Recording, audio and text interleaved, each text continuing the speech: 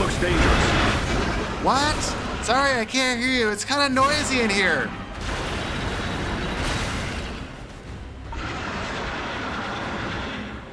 Ow. The Two-Faced Overseer is the fourth boss in the Lies of P Overture DLC.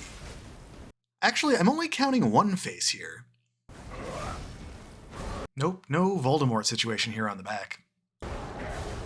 Best I can think of is that the name is a Jekyll and Hyde reference for his Enrage phase. First things first, there is a lore-y summon for this fight, the Tracker. I'm generally not one to care about the lore too much, but does anyone know why we're calling him the Tracker instead of Alidoro? Anyway, you can blow this horn at the beginning of the fight to have him join you. I'm not normally one to use summons, but this seemed like a cool addition in the DLC, so I gave it a try.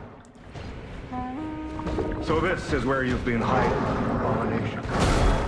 Unfortunately, for me, it simplified the fight way too much.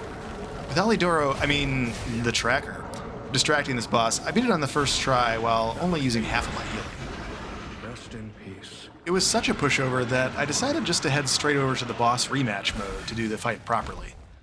Side note, while we don't have official information from the devs, the consensus online is that difficulty 2 in the boss rematch mode corresponds to regular new game on the Legendary Stalker difficulty setting. That felt about right to me. When having to actually learn the fight, you'll observe that his moveset is fairly small. He only has about 4 moves, compared to 10 to 15 on other bosses.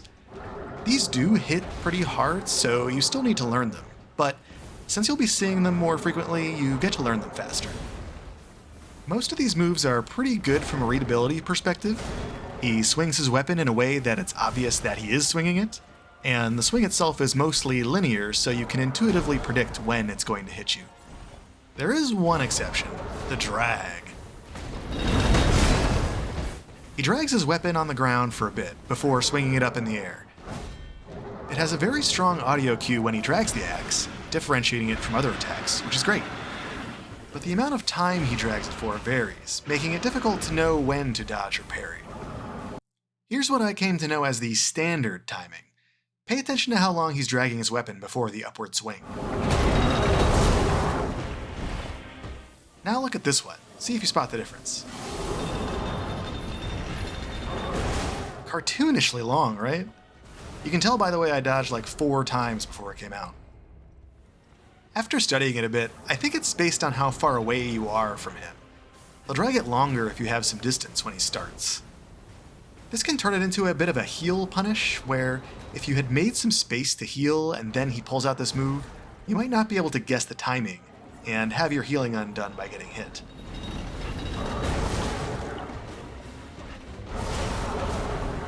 I found that the timing is consistent if you stay near him, so I recommend staying close to avoid the variance here. Otherwise, his Phase 1 is not too bad. There aren't too many moves to recognize and memorize, so if you're having trouble with this fight, odds are it's with the Enrage phase. Somewhere around 60% HP, and then again around 30%, the Two-Faced Overseer will turn red and become enraged. He becomes way more aggressive when enraged, and gains quite a few more attacks in this phase. For example, you may be used to his 2-hit spin move from the beginning. This becomes a 3-hit spin move when enraged. He also gains these seemingly unending combos that leave you very little breathing room. I was all ready to complain about how long they were before I found there actually are opportunities to heal during parts of the sequence, so I think that they're fine. But they definitely require you to respond very carefully. His single most dangerous move is this impaling attack, where he stabs downward with the handle of his axe. If you get caught by it, you get dragged along the ground and then hurled upwards. Needless to say, this does a ton of damage. In this clip, I'm over-leveled for difficulty 2, but it still does more than half my health and damage. Out of curiosity, I tried it again on difficulty 3, for which I'm under-leveled, and it's a no-questions-asked one-shot. I'm normally pretty skeptical of super high damage attacks where if you make one mistake you're screwed, but I think this one's okay because of the big windup and the relative ease of avoiding it once you know what to look for. I think even just stepping to the side can avoid it. Otherwise, the Enraged phase is about learning his new, bigger, more aggressive moveset and surviving through it. It wasn't clear to me exactly what triggers him to exit the Enraged state. Most of the time for me it was a stagger that would get him out of it. Overall, I give the Two-Faced Overseer a 6 out of 10. It's simple but effective. No frills, just high damage and crisp, intuitive animations. Having the option to include the tracker in the fight is neat, but I ultimately preferred the experience without him. As far as difficulty goes, with the tracker assisting, he's a pushover.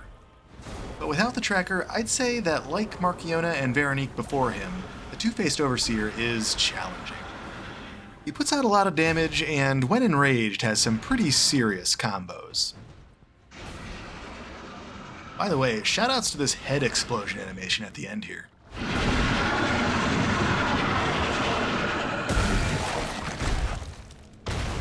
Cool.